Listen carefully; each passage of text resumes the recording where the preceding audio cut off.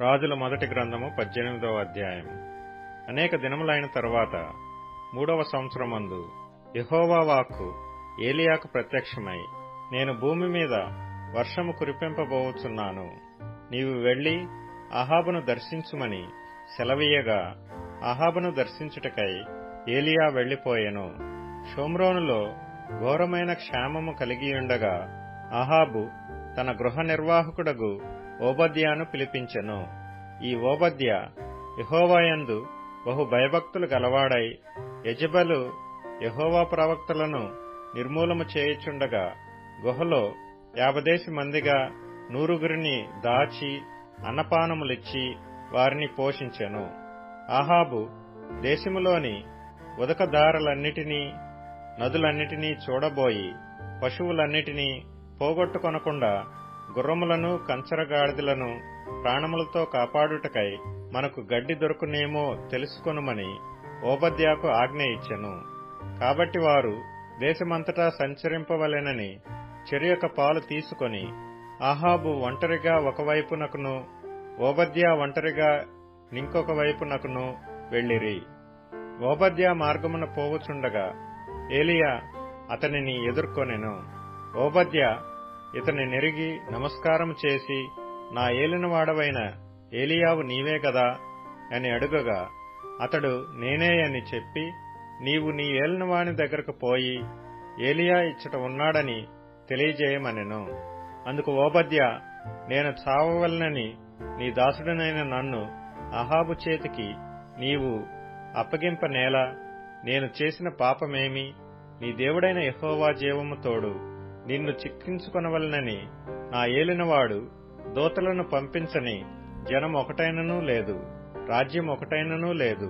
అతడు ఇక్కడ లేడనియు అతని చూడలేదనియు వారు ఆయా జనముల చేతను రాజ్యముల చేతను ప్రమాణము చేయించుచూ వచ్చిరి.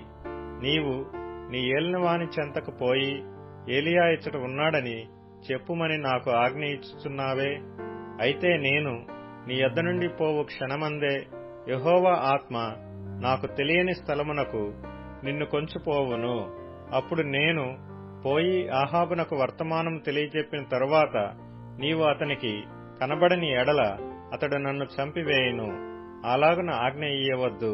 నీ దాసుడనైన నేను బాల్యము నుండి యెహోవాయందు భయభక్తులు నిలిపిన వాడను. యెజెబెలు యెహోవా ప్రవక్తలను హతము చేయుచుండగా నేను చేసినది నా ఏలినవాడవైన నీకు వినబడినది కాదా? నేను యెహోవా ప్రవక్తలలో 100 మందిని గుహకు 50 మంది చొప్పున దాచి అన్నపానములిచ్చి వారిని పోషించితిని. ఇప్పుడు అహాబు నన్ను చంపునట్లుగా నీ ఏలినవాని దగ్గరకు పోయి ఏలీయా ఇచ్చట ఉన్నాడని చెప్పుమని నీవు నాకు ఆజ్ఞ ఇచ్చుచున్నావే అని మనవి చేయగా, ఏలీయా, ఎవని సన్నిధిని నేను నిలబడి ఉన్నానో ఇశ్రాయేలు దేవుడైన ఆ యెహోవా జీవము తోడు నిజముగా ఈ దినమున నేను అహాబును దర్శించుదునని చెప్పుచున్నానెను. అంతటా ఓబద్యా అహాబును ఎదుర్కొనబోయి ఆ వర్తమానమును తెలియజేయగా, ఏలీయాను కలుసుకొనుటకై అహాబు బయలుదేరెను. అహాబు ఏలీయాను చూచి, ఇశ్రాయేలు వారిని శ్రమపెట్టువాడవు నీవే కావాయని అతనితో అనగా, అతడు నేను కాను, యెహోవా ఆజ్ఞలను గైకొనక బయలుదేవతననుసరించి నీవును నీ తండ్రి ఇంటి వారును ఇశ్రాయేలు వారిని శ్రమపెట్టువారై ఉన్నారు. అయితే ఇప్పుడు నీవు ఇశ్రాయేలు వారినందరినీ యెజెబెలు పోషించుచున్న బయలుదేవత ప్రవక్తలు 4050 మందిని, అషేరాదేవి ప్రవక్తలైన 400 మందిని నా యొద్దకు కర్మెలు పర్వతమునకు పిలువనంపుమని చెప్పెను. అహాబు ఇశ్రాయేలు వారందరి యొద్దకు దూతలను పంపి ప్రజలను కర్మెలు పర్వతమునకు సమకూర్చెను. ఏలీయా జనులందరి దగ్గరకు వచ్చి, ఎన్నాళ్ల మట్టుకు మీరు 2 తలంపుల మధ్య తడబడచుందురు? యెహోవా దేవుడైతే ఆయనను అనుసరించుడి, బయలుదేవుడైతే వానిననుసరించుడని ప్రకటన చేయగా, జనులు అతనికి ప్రత్యుత్తరముగా ఒక మాటైనను పలకకపోయిరి. అప్పుడు ఏలీయా, యెహోవాకు ప్రవక్తలైన వారిలో నేను ఒకడనే శేషించియున్నాను. అయితే బయలునకు ప్రవక్తలు 450 మంది ఉన్నారు. మాకు 2 ఎడ్లను ఇయ్యుడి, వారు వాటిలో ఒకదాని కోరుకొని దాని తునకలుగా చేసి క్రింద అగ్ని ఏమియూ వేయకుండానే దానిని కట్టెల మీద ఉంచవలెను. రెండవ ఎద్దును నేను సిద్ధము చేసి క్రింద అగ్ని ఏమియూ వేయకుండానే దానిని కట్టెల మీద ఉంచుదును. తరువాత మీరు మీ దేవత పేరును బట్టి ప్రార్థన చేయుడి. నేనైతే యెహోవా నామమును బట్టి ప్రార్థన చేయుదును. ఏ దేవుడు కట్టెలను తగలబెట్టుట చేత ప్రత్యుత్తరమిచ్చునో ఆయనే దేవుడని నిశ్చయించుదము రండని ఏలీయా మరలా జనులతో చెప్పగా జనులందరూ ఆ మాట మంచిదని ప్రత్యుత్తరమిచ్చిరి. అప్పుడు ఏలీయా బయలు ప్రవక్తలను పిలిచి, మీరు అనేకులై ఉన్నారు గనుక మీరే మొదట ఒక ఎద్దును కోరుకొని సిద్ధము చేసి మీ దేవత పేరును బట్టి ప్రార్థన చేయుడి. అయితే మీరు అగ్ని ఏమీయూ క్రింద వేయవద్దని చెప్పగా వారు తమకు ఇయ్యబడిన ఎద్దును తీసుకొని సిద్ధము చేసి ఉదయము మొదలుకొని మధ్యాహ్నము వరకు బయలా మా ప్రార్థన వినుమని బయలు పేరును బట్టి ప్రార్థన చేసిరి గాని ఒక మాటయైనను ప్రత్యుత్తరమిచ్చువాడెవడును లేకపోగా వారు తాము చేసిన బలిపీఠమునొద్ద గంతులు వేయ మొదలుపెట్టిరి. మధ్యాహ్నము కాగా ఏలీయా, వాడు దేవుడైయున్నాడు, పెద్ద కేకలు వేయుడి.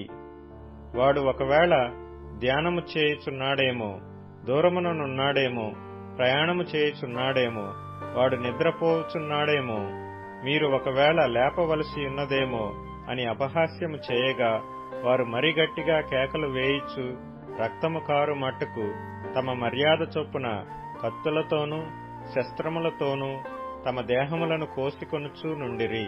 ఈ ప్రకారము మధ్యాహ్నమైన తరువాత అస్తమయ నైవేద్యము అర్పించు సమయము వరకు వారు ప్రకటనము చేయిచూ వచ్చిరి గాని మాటయైనను ప్రత్యుత్తరమిచ్చిన వాడైనను లక్ష్యము చేసిన వాడైనను లేకపోయెను.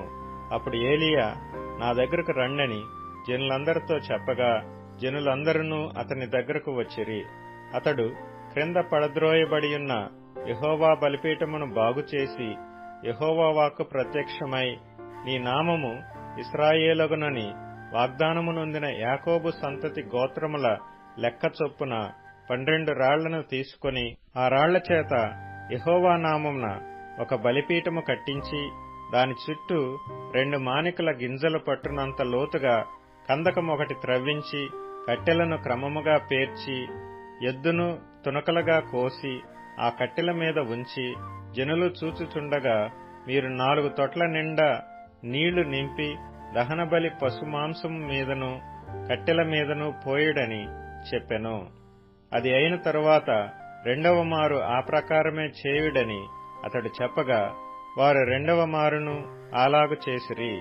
మూడవ మారును చేయుడనగా వారు మూడవ మారును చేసిరి. అప్పుడు ఆ నీళ్లు బలిపీఠము చుట్టూను పొర్లి పారెను. మరియు అతడు కందకమును నీళ్లతో నింపెను. అస్తమయ నైవేద్యము అర్పించు సమయమున ప్రవక్తయగు ఏలీయా దగ్గరకు వచ్చి ఇలాగు ప్రార్థన చేసెను. యెహోవా, అబ్రహాము, ఇస్సాకు, ఇశ్రాయేలీల దేవా, ఇశ్రాయేలీల మధ్య నీవు దేవుడువై ఉన్నావనియు నేను నీకు సేవకుడనై ఉన్నాననియు ఈ కార్యములన్నీయు నీ సెలవు చేత చేసితిననియు ఈ దినమున కనపరచుము. యెహోవా, నా ప్రార్థన ఆలకించుము. యెహోవావైన నీవే దేవుడువై ఉన్నావనియు నీవు వారి హృదయములను నీ తట్టుకు తిరగజేయదువనియు ఈ జనులకు తెలియనట్లుగా నా ప్రార్థన అంగీకరించుము. అతడు ఈలాగన ప్రార్థన చేయుచుండగా యెహోవా అగ్ని దిగి దహనబలి పశువులను, కట్టెలను, రాళ్లను, బుగ్గిని దహించి కందకమందున్న నీళ్లను ఆరిపోచేసెను. అంతట జనులందరూ దాని చూచి సాగిలపడి యెహోవాయే దేవుడు, యెహోవాయే దేవుడు అని కేకలు వేసిరి. అప్పుడు ఏలీయా ఒకనినైనా తప్పించుకొని పోనీయక బయలు ప్రవక్తలను పట్టుకొనుడని వారికి సెలవీయగా జనులు వారిని పట్టుకొనిరి. ఏలీయా కీషోను వాగు దగ్గరకు వారిని కొనిపోయి అక్కడ వారిని వధించెను. పిమ్మట ఏలీయా, విస్తారమైన వర్షము వచ్చున్నట్లుగా ధ్వని పుట్టుచున్నది, నీవు పోయి భోజనము చేయుమని ఆహాబుతో చెప్పగా ఆహాబు భోజనము చేయబోయెను గాని ఏలీయా కర్మెలు పర్వతం మీదకి పోయి నేల మీద పడి ముఖము మోకాళ్ల మధ్య ఉంచుకొనెను. తరువాత అతడు తన దాసుని పిలిచి, నీవు పైకి పోయి సముద్రము వైపు చూడుమనగా, వాడు మెరక ఎక్కి పారజూచి ఏమీ కనబడలేదనగా, అతడు ఇంకా 7 మార్లు పోయి చూడుమని చెప్పెను. 7వ మారు అతడు చూచి, అదిగో మనిషి చెయ్యి అంత చిన్న మేఘము సముద్రము నుండి పైకి ఎక్కుచున్నదనెను. అప్పుడు ఏలీయా, నీవు ఆహాబు దగ్గరకు పోయి, నీవు వెళ్లకుండా వర్షము నిన్ను ఆపకుండునట్లు నీ రథమును సిద్ధపరుచుకొని పొమ్మని చెప్పుమని వానిని పంపెను. అంతలో ఆకాశము మేఘములతోనూ గాలివానతోనూ కారు కమ్మెను. మోపైన వాన కురిసిన గనుక ఆహాబు రథమెక్కి యెజ్రెయేలునకు వెళ్లిపోయెను. యెహోవా హస్తము ఏలీయాను బలపరచగా అతడు నడుము బిగించుకొని అహాబు కంటే ముందుగా పరిగెత్తుకొని పోయి యెజ్రెయేలు గుమ్మమునొద్దకు వచ్చెను.